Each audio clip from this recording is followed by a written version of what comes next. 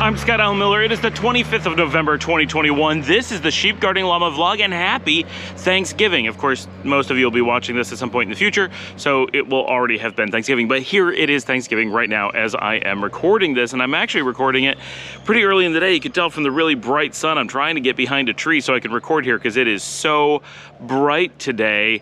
It is gorgeous. It is pretty warm, so we're not really hanging out outside. It is surprising just how slow. Actually, I'm going to cross the road. It is so bright that even with the dappled light, I can't do it. I'm gonna go stand by a wall and get blocked off a little bit so you can actually see me and I can see you. So because it is Thanksgiving, I assume there is no tourists out and about, even though obviously it is not Thanksgiving here in Nicaragua. It is pretty impactful to tourists and schedules, and it is a Thursday, which is not normally a very busy day, normally busier than Monday, Tuesday, or Wednesday, but it's not a real busy day. The hotel is completely empty. We had like maybe 4 people for breakfast. I've had nobody since then. Lunch is completely dead. This is one of the slowest days I've ever seen at the hotel, and that is perfect because we are so busy with things like the shopping, for the grocery shopping for the day, which is a big thing, and all of the prep for Thanksgiving dinner, which is happening in about 2 hours. We have about 20 people who are scheduled to go down the street that way. Obviously the Simple's that way.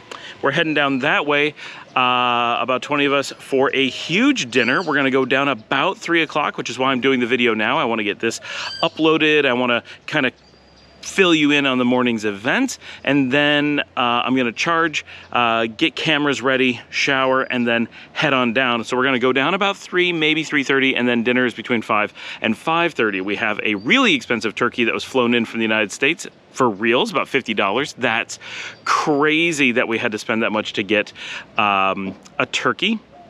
But it's not a thing. The style that we do in the United States is not available here. Turkeys, pavo, is widely available here, and you can just walk down one of these streets and there'll be turkeys walking across the road. Obviously, they are a food product here, but it is a different style. They taste different, they prepare them different, whatever, I don't know. So we're actually getting one from the United States so that we have a traditional turkey, I guess. I don't know. I'm a vegetarian, for those who do not know, so I'm not eating turkey. I will have tofurkey. I will get pictures and videos of that because everyone's always interested in what we do eat for Thanksgiving because we're vegetarian. So all day yesterday and all day today, Dominica and several other people have been doing nothing but cooking to get ready for Thanksgiving, because that is the thing you do for Thanksgiving. Half the people sit around and do nothing, and half the people cook like crazy making food.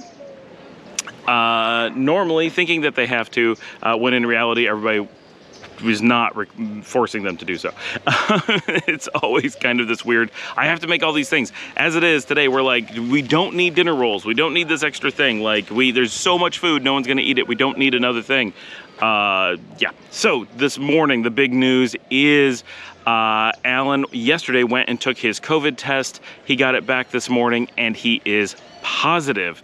Not the best news. So his flight, which is tomorrow, he is not making. He is going to miss that flight and not be able to come home for quite some time. So this is a big complication for him. We spent all morning trying to figure out what to do. He's fine, right? He's vaccinated. He didn't even know he had anything. He has no symptoms whatsoever. It's just the test comes back positive, so he's carrying it. He's not sick per se. So coming back, the path that he was going to come is very difficult and problematic and best for him to avoid, and also very expensive. It is far less expensive to come back through Costa Rica, also because Costa Rica does not require the test to get in. Of course, you do require the test to get into Nicaragua, but taking the test on the ground after you've already arrived in the region is much easier, much cheaper, much safer than doing so in the United States before you fly and having to worry about losing your flights and all the complications that come with that. So he is now, we thought he wasn't going to make it back for 3 weeks just because of all the flights are full for the holidays, but he was able to find a flight into San Jose, Costa Rica, and is coming down in a week to Costa Rica, at which point he will test again. He's able to get in there because he's vaccinated, and that's how they operate, and he's giving it, you know, he could come down tomorrow, but he's giving it quite a bit of time to make sure that he is no longer sick, but just in case the test comes back positive still, or gets infected again or whatever, we're gonna get him to Costa Rica. He'll be in Liberia, which is really close to the border, just a taxi right away, take his test there, and if he's clear, hop in a taxi, boop, into Nicaragua and good to go. If he ends up testing positive again, he can stay in Costa Rica indefinitely. Well, for at least 90 days, if not 180. So not a big deal, one way or another, to be able to get into Nicaragua. So that was the big adventure at the beginning of the day. That was a lot of stuff going on. This afternoon, I did a bunch of editing, some writing. I tried to stay somewhat busy, but not entirely, because it is a holiday and I do want some time to relax. So hung out with the dogs and the kids a bit, just watching shows. Funny thing, I just 2 travel shows of interest. One, I went back because it's been a long time since I watched The Budgeteers. 4 years ago, The Budgeteers did Mexico and Central America, U.S., Mexico, and Central America. They flew into, I believe, Los Angeles, worked their way down to Panama.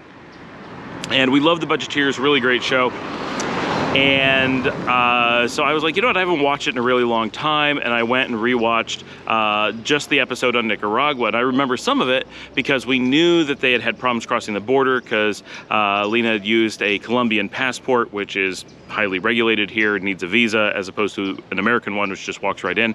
And we knew that they had gone to somewhere and helped a local school. We couldn't remember the details because it's been 4 years since we watched this. And I went back in my messages, and I had actually spoken to Patty from The Budgeteers several years ago and said, hey, you know, we were watching your shows and it was really influential in getting my wife to get on board and be ready to move back to Nicaragua after all these years away. And it wasn't the episode on Nicaragua that made us do it. It was actually episodes on Thailand to kind of just like, we can do this. It's time for us to move again and really do it. So they were like, that's awesome. So I'd spoken to them about their Nicaragua episode and some stuff years ago, but it's been so long since I watched it, I have no idea where they went or what they did in the episode or anything like that. So I decided to rewatch it today. So I'm watching them in Nicaragua, and the show starts out with them crossing the border from Honduras, not that far away from here. They come to Leon, and of course when they're showing Leon, it's like, oh my gosh, we drive by all these things all the time because that's where we go shopping, it's where we just do things. That's our local city. So it's like, that's so cool. And I'm like, I've been wondering, where the heck did they do this school project that they did? Because we mention it from time to time, and it's been influential in our thinking about some things that we do here in the country and how we approach some stuff. And then they said, we decided to help out the school, blah, blah, blah, in Ponaloya. And we're like, wait, what? In Ponaloya? That's where we live. And so they came out and showed one of the schools that a lot of people we know's kids go to. And then they're like, oh, we went and saw the school and we went and talked about it. And then they show them sitting at the beach, and I'm sitting on the couch looking at the television, and they show the shot, and I pause the show and I stare at it, and I'm like, that's Playa Roca. And of course I'm watching the show, and the wall next to me, like I could throw the TV remote and hit it, is Playa Roca.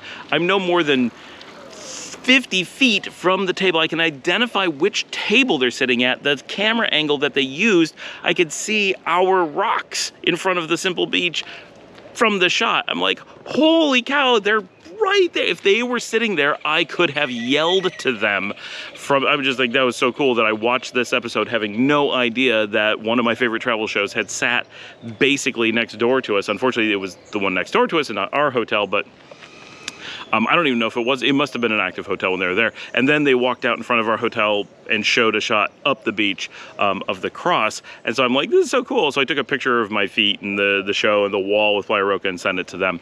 But weird, it's such a small world.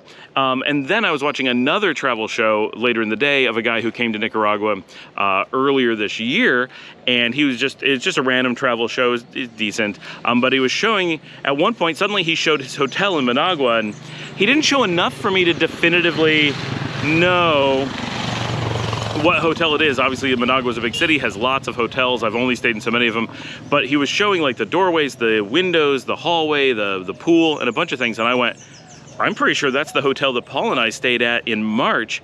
And then, and this show was filmed in May, so this is just weeks after we were there. So so we know this hotel was open at that time. We know it's actively looks like this, and nothing would have changed. It was only like 8 weeks different.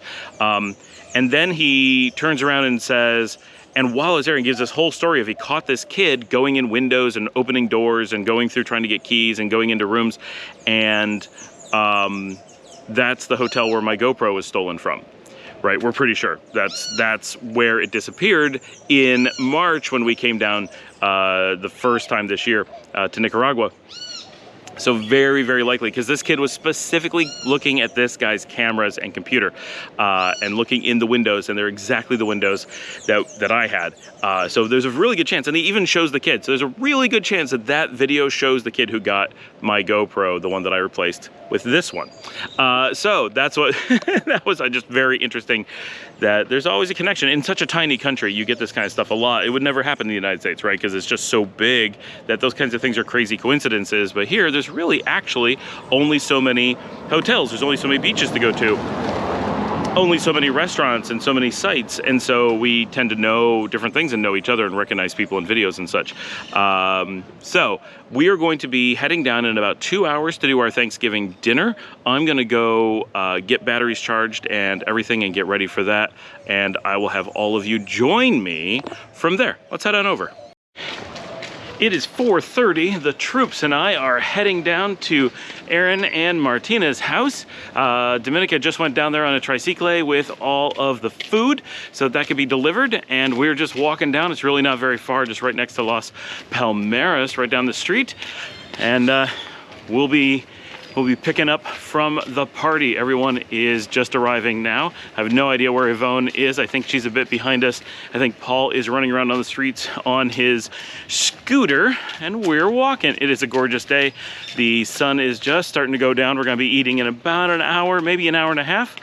And we're excited. Big Thanksgiving party here in Las Piñatas.